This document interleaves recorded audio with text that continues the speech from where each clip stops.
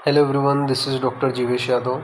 तो CRAV 2026 के लिए मोस्ट इम्पोर्टेंट 70 जो टॉपिक हैं वो अपन यहाँ पे देख रहे थे।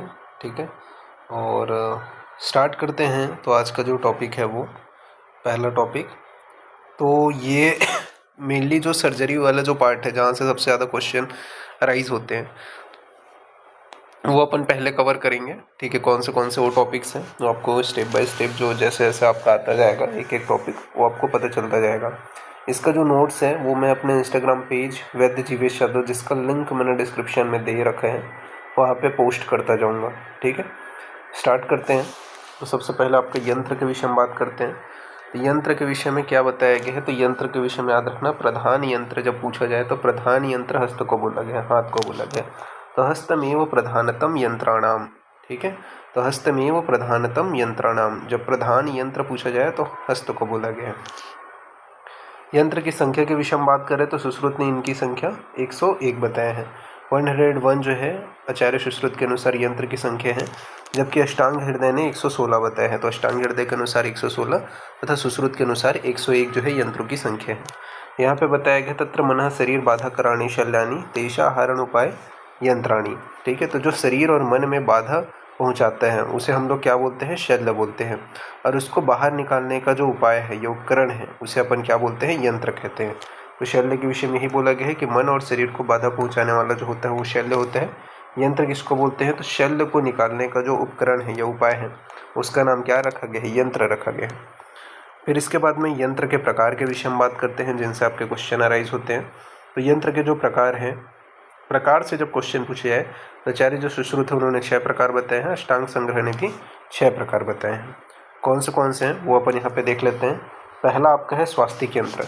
तो स्वास्तिक यंत्र की जो संख्या है आचार्य सुश्रुत ने 24 बताया। तो स्वास्तिक यंत्र की संख्या आचार्य सुश्रुत अनुसार कितने हैं, 24 है।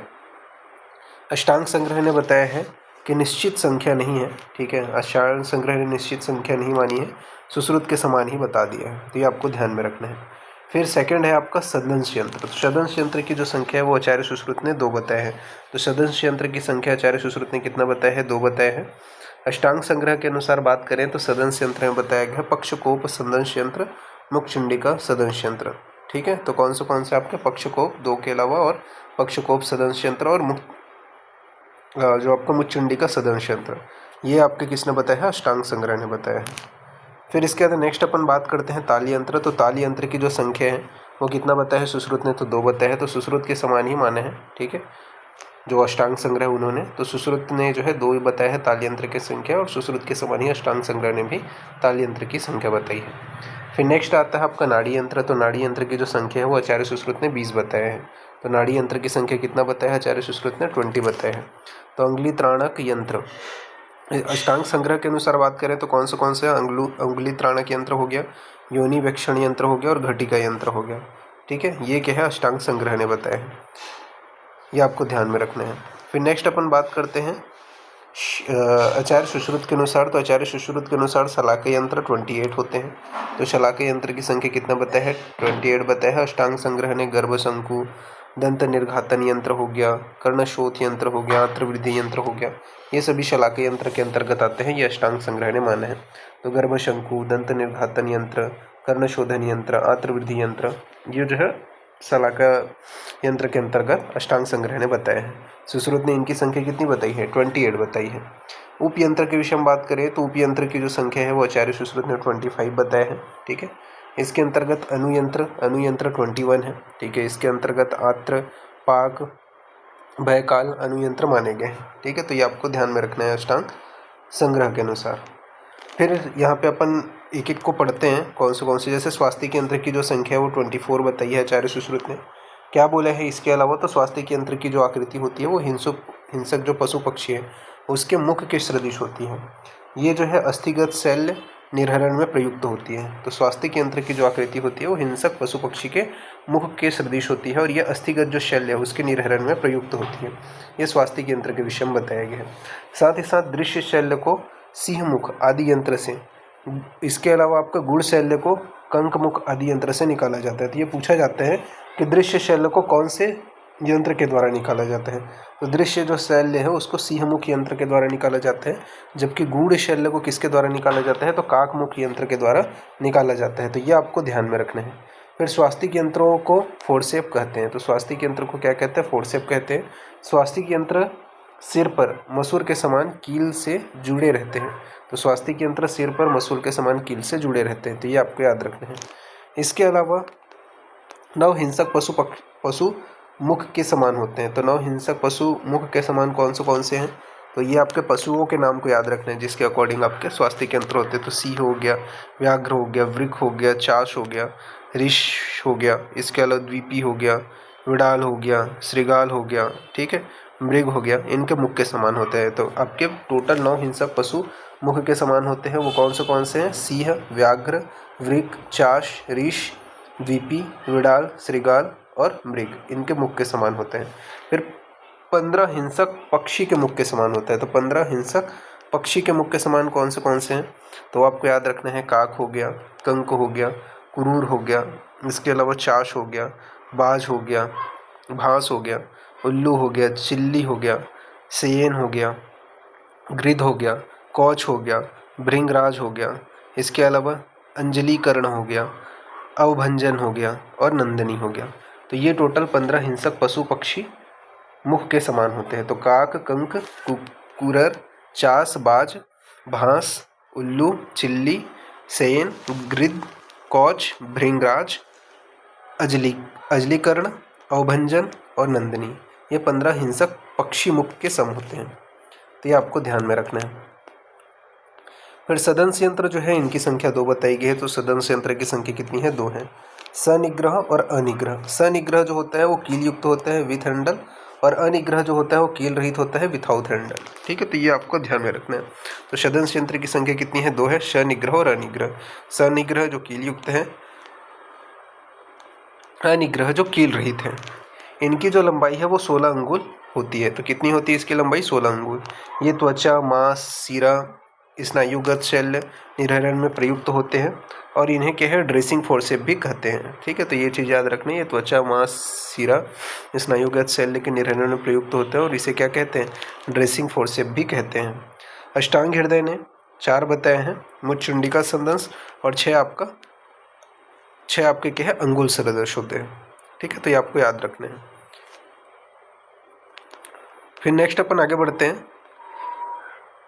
तो नेक्स्ट है आपका ताल यंत्र। तो ताल यंत्र की संख्या 2 बताए गए हैं। एक ताल यंत्र जिसे सिंगल स्कूप हो गया, और आपका द्विताल यंत्र यानी कि डबल स्कूप हो गया। तो एक ताल और द्विताल। ताल यंत्र की संख्या आचार्य सुश्रुत ने कितना बताया है, 2 बताया है, एक ताल और द्विताल। आकृति के विषय में बात करें तो कैसा होता है इसका ताल यंत्र की जो आकृति है, मत्स्य तालु के समान होता है। तो मत्स्य तालुवत ये जो है ताल यंत्र की आकृति बताया गया है। तो पूछा जाता है किसके तालुवत होता है, सदंश यंत्र की जो आकृति है, तो मत्स्य तालुवत होता है। ये आपको याद रखना है। इनकी लंबाई जो है वो 12 अंगुल की होती है। तो कितनी होती है इनकी लंबाई, 12 अंगुल की होती है। इसका जो उपयोग है वो कर्णनासा व नाड़ीगत जो शैल्य है उसके निर्हरण में प्रयुक्त किया जाता है। तो कहाँ पे यूज़ करते हैं ताल यंत्र का, तो कर्णनासा व नाड़ीगत जो शैल्य है उसको निर्हरण के लिए ताल यंत्र का प्रयोग किया जाता है। फिर इसके अन्य नाड़ी यंत्र की संख्या के विषय में बात करें तो नाड़ी यंत्र 20 होते हैं, ये डलहन ने बताया है, ठीक है। तो इसके विषय में अपन याद रखते हैं, जैसे नाड़ी यंत्र के अंतर्गत सबसे पहला आपका भगंदर यंत्र। तो भगंदर यंत्र जो है वो एक छिद्रित और द्विछिद्रित, इस प्रकार से 2 प्रकार के होते थे, एक छिद्रित और द्विछिद्रित, ये भगंदर यंत्र हो गया। अर्सो यंत्र भी 2 हैं, एक छिद्रित और द्विछिद्रित। इसके अलावा व्रण यंत्र हो गया। फिर वस्ती यंत्र जो है वो आपके 6 हैं, ठीक है। सॉरी, वस्ती यंत्र कौन से हैं, ठीक है। तो ये आपके प्रमाण के आधार पे 6 अंगुल, 8 अंगुल, ठीक है, टोटल 4 होते हैं वस्ती यंत्र। प्रमाण के आधार पे 6 अंगुल, 8 अंगुल, 10 अंगुल और 12 अंगुल, इस प्रकार से 4 होते हैं। तो वस्ती यंत्र की संख्या 4 है, 6 अंगुल, 8 अंगुल, 10 अंगुल और 12 अंगुल, ठीक है। उत्तर वस्ती यंत्र जो है वो 2 हैं, स्त्री और पुरुष के आधार। इसके अलावा धूम नेत्र यंत्र जो है वो आपके 3 प्रकार के हैं, स्नेहिक, प्रायोगिक और वैरेचनिक। तो धूम नेत्र यंत्र 3 प्रकार के हैं, स्नेहिक, प्रायोगिक और वैरेचनिक। तो ये आपको ध्यान में रखना है। फिर मूत्र विधि स्त्रावण यंत्र जो है उनकी संख्या 1 बताई गई है। तो मूत्र विधि स्त्रावण यंत्र जो है वो 1 है। जलोदर स्त्रावण यंत्र जो है वो भी 1 है। निरुद्ध प्रकाश जो यंत्र है इनकी संख्या 1 बताई गई है। तो निरुद्ध प्रकाश यंत्र भी कितने हैं, 1 है। सन्निरुद्ध जो गुद यंत्र है उसकी भी संख्या 1 बताई गई है। तो सन्निरुद्ध गुद यंत्र की 1 संख्या है। अलाबु यंत्र जो होता है वो एक होता है, श्रृंगार जो यंत्र होता है वो भी एक होता है। इसके अलावा मूल नाड़ी यंत्र, इनकी संख्या 12 बताया है सुश्रुत ने और डलहन ने 20 बताया है। तो मूल नाड़ी यंत्र की संख्या 12 बताया सुश्रुत ने, ठीक है, जबकि डलहन ने 20 बताए हैं। इसका उपयोग कहाँ पे करते हैं? तो स्रोतोगत शल्य उद्रणार्थ, रोग दर्शनार्थ, अचूषणार्थ इसका प्रयोग किया जाता है। तो स्रोतोगत शल्य को बाहर निकालने के लिए, रोग दर्शनार्थ, अचूषणार्थ इसका प्रयोग किया जाता है। इसका परिमाण जो होता है वो आवश्यकता अनुसार बताया गया है, तो ये आपको याद रखना है। फिर नेक्स्ट है आपका शलाका यंत्र। तो शलाका यंत्र के विषय में बात करें तो सबसे पहला आपका गंडू पद्मुखी, ठीक है। तो क्या है पहला? गंडू पद्मुखी, 2 blunt probe for probing in fistula, ठीक है। ये ऐषण जो कर्म है वो अपन करते हैं नाड़ी व्रण को ढूंढने के लिए, ठीक है। तो ये आपको याद रखना है। गंडू पद्मुखी जो है उनकी संख्या 2 है। मॉडर्न में क्या है? Blunt probe for probing in fistula, ये क्या है? गंडू पद्मुखी। और ऐषण कर्म नाड़ी व्रण को ढूंढने के लिए किया जाता है। फिर सर्पफणमुखी जो शलाका यंत्र है, इसकी संख्या 2 बताई गई है। जो आपका रिट्रैक्टर होता है उसको कहते हैं व्यूहन, यानी कि ऊपर को उठाकर बाहर निकालने के लिए इसका प्रयोग किया जाता है, ठीक है। और बात करें अस्मरी निर्हरण के लिए वांगभट ने इसका प्रयोग बताया। तो अस्मरी निर्हरण के लिए प्रयोग बताया है सर्पफुण मुख जो मुखी यंत्र जो है उसका वांगभट ने, तो ये आपको याद रखना है। फिर सर्पुक जो मुखी है उसकी संख्या 2 बताई है आचार्य सुश्रुत ने, ठीक है। एरो लाइक होता है, चालन इसका काम होता है। फिर वड़िस मुखी, इनकी संख्या 2 है, ठीक है। ब्लंट जो हुक्ड प्रोब होता है उसका कहते हैं, ठीक है, वड़िस मुखी। गुड़ जो आपका गुड़ गर्भ आहरण के लिए वड़िस मुखी का प्रयोग किया जाता है। आहरण मतलब खींचकर बाहर निकालने के लिए इसका प्रयोग करते हैं। आहरण मतलब खींचकर बाहर निकालने के लिए वड़िस मुखी का प्रयोग किया जाता है, तो ये आपको याद रखना है। फिर मसूर दाल मात्रामुखी, इनकी संख्या 2 बताई गई है। अग्रभाग में कुछ नताग्र होता है, ठीक है। तो मसूर दल मात्रामुखी, इसकी संख्या 2 है। अग्रभाग से कुछ नताग्र होता है। इसका उपयोग स्रोतोगत शल्य उद्रणार्थ के लिए किया जाता है, तो ये आपको याद रखना है। फिर कर्पास कृतोष्णी शलाका, इनकी संख्या 6 बताई गई है। सिर पर रुई लिपटी रहती है। तो कर्पास कृतोष्णी शलाका की संख्या 6 है। सिर पर क्या है? रुई लिपटी रहती है। इसका कार्य क्या है? प्रमार्जन क्रिया होती है। फिर खल्ल या दर्व आकृति शलाका, ये 3 है। कलछी के मुख के समान नीचे को मुख किया हुआ होता है। तो खल्ल या दर्व आकृति शलाका 3 है। कलछी के मुख के समान नीचे की ओर मुख किया होता है। इसका कार्य क्षार और औषध प्राणिधानार्थ इसका प्रयोग करते हैं। तो ये आपको विशेष रूप से कर्म याद रखना है सभी के, कौन से कर्म को किया जा रहा है करके, ठीक है, उनसे क्वेश्चन आते हैं। फिर इसके बाद में जंबवद मुखी शलाका। तो जंबवद मुखी शलाका की संख्या 3 है। अग्निकर्म हेतु इसका प्रयोग करते हैं। तो जंबवद मुखी शलाका की संख्या 3 है। अग्निकर्म हेतु इसका प्रयोग किया जाता है। फिर अंकुश मुखी शलाका, इनकी संख्या 3 है, ठीक है। अग्निकर्म हेतु कुल जो है 6 शलाकाएँ होती हैं, ठीक है। तो अंकुश मुखी शलाका की संख्या 3 है। अग्निकर्म हेतु कुल 6 शलाका होती हैं। फिर रंजन शलाका 1 होता है। कलाय परिमंडल उभयता मुखी मुकुलाग्र बताए गए हैं। तो अंजन शलाका 1 है। कलाय परिमंडल उभयता मुखी मुकुलाग्र इसका होता है। फिर नासा अर्बुद हरणार्थ जो शलाका है ये भी 1 है, ठीक है। तो इसका आपको याद रखना है। कोलस्थी दल मात्रा मुख होते हैं। बेर की आधी गुठली के समान मुख वाली, बीच से गहरी और किनारे पर तेज, ठीक है। ये क्या है? नासा अर्बुद हरणार्थ शलाका प्रयोग करते हैं। तो बेर की आधी गुठली के समान होता है, मुख वाली, बीच से गहरी और किनारों से तेज होती है। फिर नेक्स्ट है आपका मूत्र मार्ग विशोधनी शलाका। तो मूत्र मार्ग विशोधनी शलाका 1 है। मालती पुष्प वृंताग्र प्रमाण परिमंडल मिति, यानी कि मालती पुष्प के वृंत के अग्रभाग के समान मोटी शलाका होती है। तो मालती पुष्प के वृंत के अग्रभाग के समान मोटी शलाका होती है। ये मूत्र मार्ग विशोधनी शलाका के विषय में बताया गया है। इसके बाद में उपयंत्र के विषय में बात करते हैं। तो उपयंत्र की जो संख्या वो 25 बताया गया है। इसमें आत्र, पाक, भय, काल ये अष्टांग संग्रह ने बताया है, ठीक है। ये इनकी संख्या कितना बताया है? उपयंत्र की 21 बताया है अष्टांग संग्रह ने। तो इसके अंतर्गत क्या बताया है? आत्र, पाक, भय, काल, ये आपको थोड़ा ध्यान रखना है।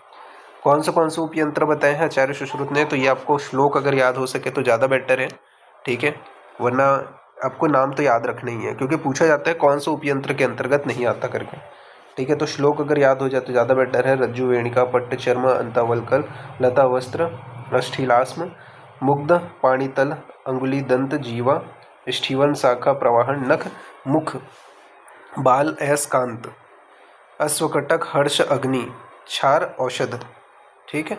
तो ये आपको ध्यान में रखना है। इसका संस्कृत वाला श्लोक यहाँ पे मैंने प्लॉट नहीं किया है, वो अगर आप याद रख लो, सीक्वेंस ही है, ठीक है, तो वो रट लो तो ज़्यादा बेटर है। कौन से रज्जु हो गया, वेणिका हो गया, पट्ट हो गया, चर्म हो गया, अंतःवल्कल हो गया, लता हो गया, वस्त्र हो गया, अष्ठिलास्म हो गया, मुग्धर हो गया, पाणितल हो गया, अंगुली हो गया, दंत हो गया, जीवा हो गया, स्टीवन हो गया, शाखा हो गया, प्रवाहन हो गया, नख हो गया, मुख हो गया, बाल हो गया, अयस्कांत हो गया। इसके अलावा आपका अश्वकटक हो गया, हर्ष हो गया, अग्नि हो गया, क्षार हो गया, औषध हो गया, ये आपके बताए गए हैं। उपयंत्र एवं अनुशस्त्र जो है वो 5 होते हैं, क्षार, अग्नि, बाल, नख, उंगली, ठीक है। तो उपयंत्र एवं अनुशस्त्र 5 हैं, क्षार, अग्नि, बाल, नख और उंगली। तो ये आपको ध्यान में रखना है, ठीक है। सिमिलर कौन से हैं, तो ये पाँचों को आपको पूछे जाते हैं कि क्षार, अग्नि, बाल, नख और उंगली ये किस में आते हैं, उपयंत्र और अनुशस्त्र दोनों में आते हैं।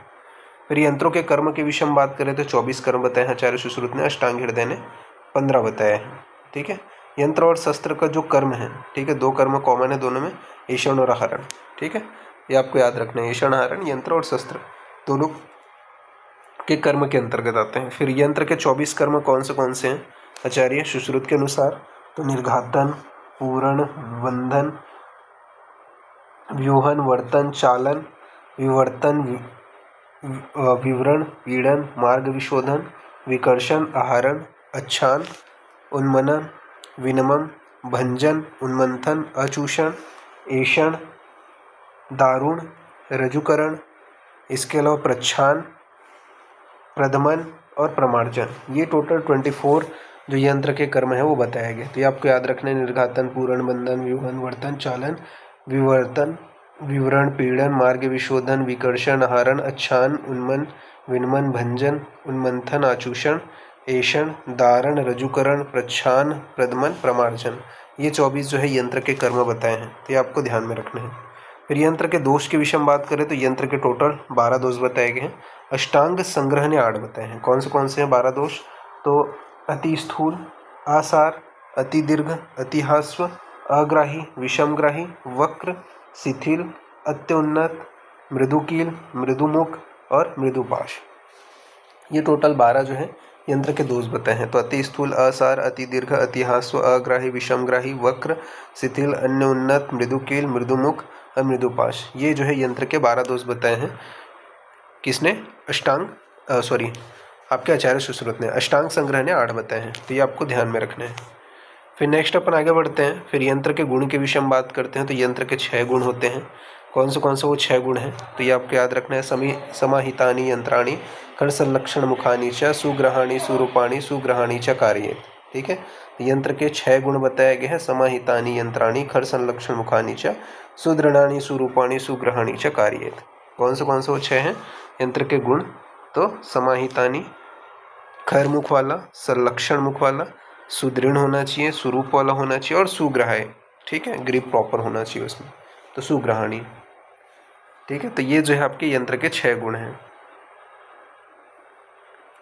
इसके अलावा नेक्स्ट बात करते हैं सभी यंत्र में प्रधान यंत्र कौन से हैं, तो आपका कंक मुख यंत्र जो है वो आपका बताया गया है। तो सभी यंत्रों में प्रधान यंत्र कौन सा है, तो कंक मुख यंत्र है, शल्य निकालने की दृष्टि से, ठीक है। तो शल्य निकालने की दृष्टि से कंक मुख को प्रधान यंत्र बताया गया है।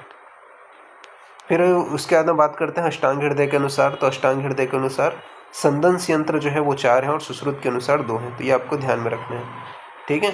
तो अष्टांग हृदयकार के अनुसार संदंश यंत्र जो है वो 4 हैं, सुश्रुत ने 2 बताए हैं। इसके अलावा 6 अंगुल संदंश यंत्र के विषय में बताए गए हैं। सूक्ष्म शल्य के निर्हरण में तथा पक्ष्म के निर्हरण में प्रयुक्त होते हैं। फिर मुखचुंडिका जो है उसके विषय में बताया गया है कि मुखचुंडिका सूक्ष्म दंत जर्तुमूल रुचक भूषणम, ठीक है। तो मुखचुंडिका का ये याद रखना है, सूक्ष्म दंत का जो आपका मूल है रुचक भूषणम, इसके लिए क्या है, मुखचुंडिका संदंश यंत्र का प्रयोग किया जाता है। यानी कि ये बोल सकते हैं इसका उपयोग जो गंभीर व्रण है, ठीक है, उसके मांस के निर्हरण में, मर्म रोग में व छिन्न शेष वस्तुओं को निकालने के लिए इसका प्रयोग किया जाता है, जो आपका संदंश यंत्र है उसका। तो ये आपको थोड़ा ध्यान में रखना है कि गंभीर व्रण के मांस को निकालने के लिए, ठीक है, इसका जो है, तथा मर्म रोग में व छिन्न शेष वस्तुओं को निकालने के लिए इसका प्रयोग करते हैं।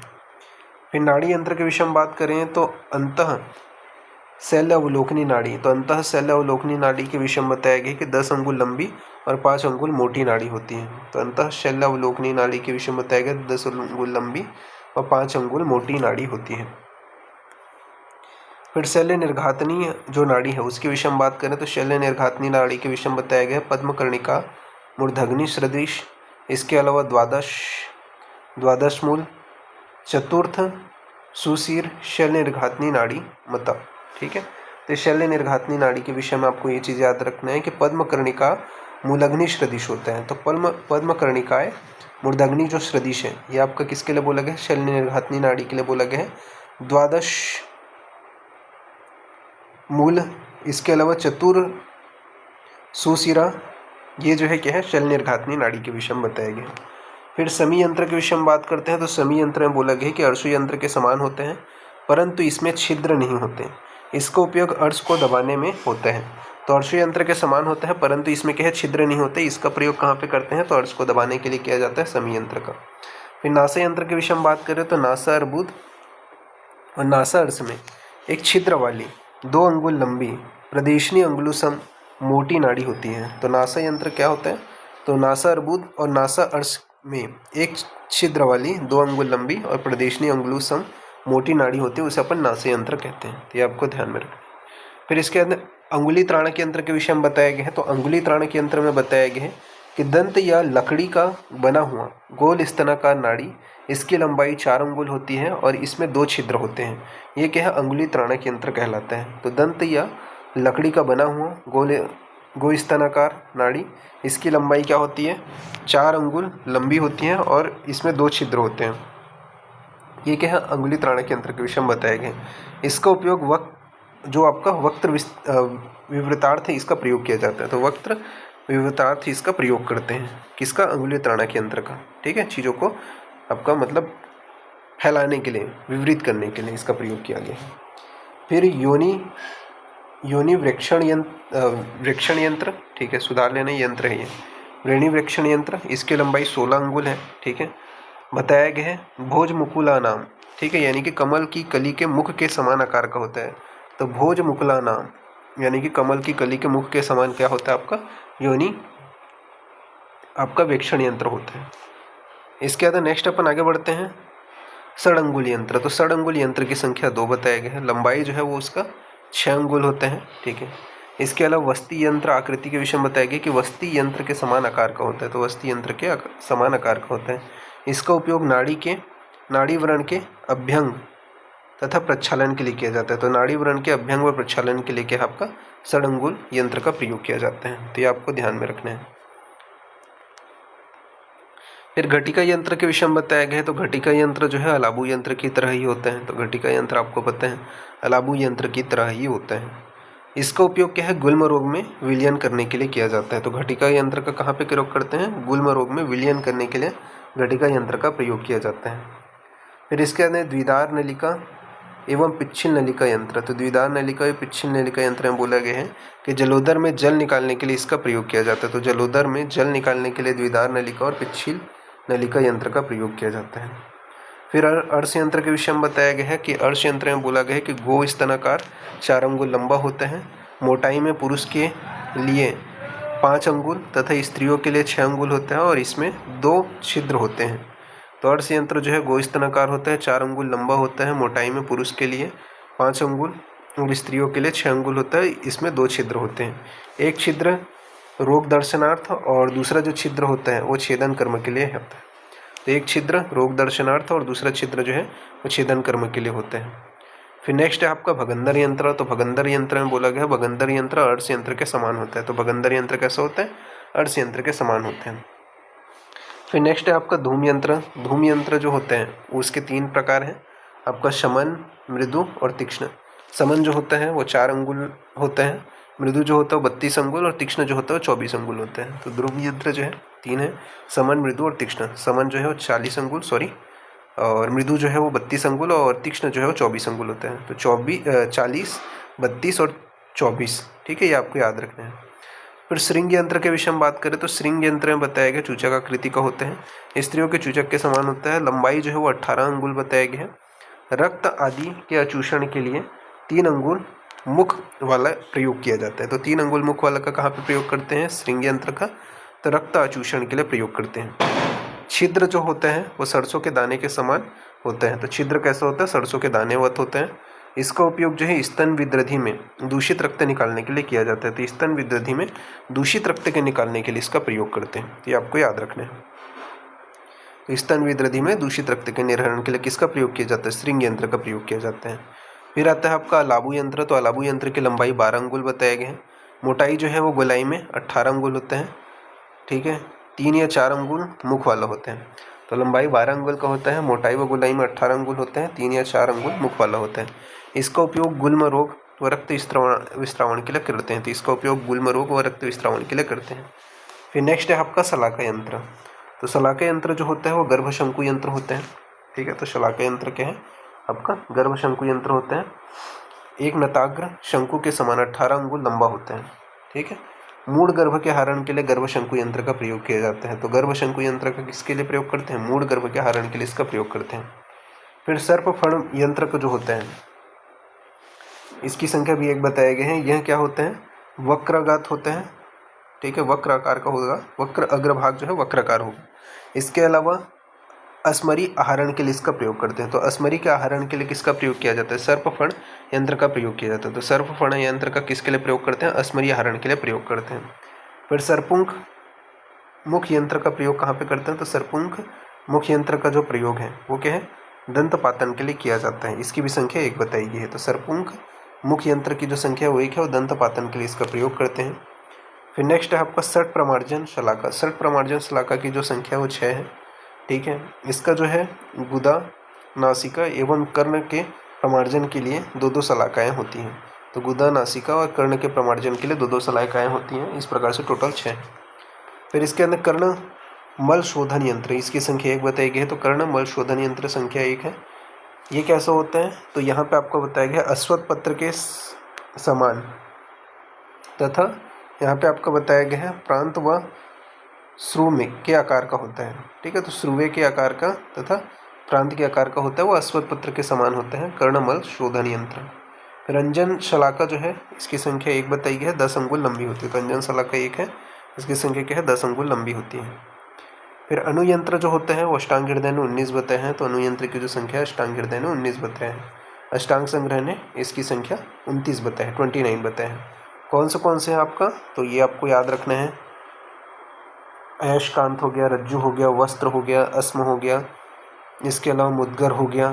ठीक है, आत्र हो गया, जीवा हो गया, बाल हो गया, शाखा हो गया, नख हो गया, मुख हो गया, दंत हो गया, काल हो गया, पाक हो गया, पाणी हो गया, पाद हो गया, भय हो गया, पट्ट हो गया, हर्ष हो गया। इस प्रकार से टोटल बताए गए। तो अयस्कांत, रज्जु, ठीक है, वस्त्र, अस्म, मुद्गर, आत्र, जीवा, बाल, शाखा, नख, मुख, दंत, काल, पाक, पाणी, पाद, भय, पट्ट, हर्ष। ठीक है, ये क्या है? आपका अनुयंत्र है। इसके अलावा वेणी, चर्म, अंतावल्कल, लता, अंगुली, स्टीवन, प्रवाहन, अश्वकटक, अग्नि, क्षार और औषध अनुयंत्र नहीं माने गए हैं। तो ये आपको याद रखना है कि अनुयंत्र कौन से नहीं माने गए हैं। तो वेणी, चर्म, अंतावल्कल, लता, अंगुली, स्टीवन, प्रवाहन, अश्वकटक, अग्नि, क्षार और औषध, इनको क्या है? अनुयंत्र नहीं माना है। ठीक है, तो ये आपको ध्यान में रखना है। ठीक है, टोटल 19 को माना है अष्टांग हृदय ने और ये इनको नहीं माना है। तो ये आपको ध्यान में रखना है। ओके, इस प्रकार से ये वाला जो टॉपिक है वो यहाँ पे फिनिश होता है। ठीक है, अगेन इसका जो नोट्स है आपको मेरे इंस्टाग्राम पेज वैद्य जीवेश यादव के ऊपर अवेलेबल हो जाएगा। ठीक है, वहाँ पर जो है आप ये पेज को जो है देख सकते हो। तो अभी के लिए इतना ही। Thank you.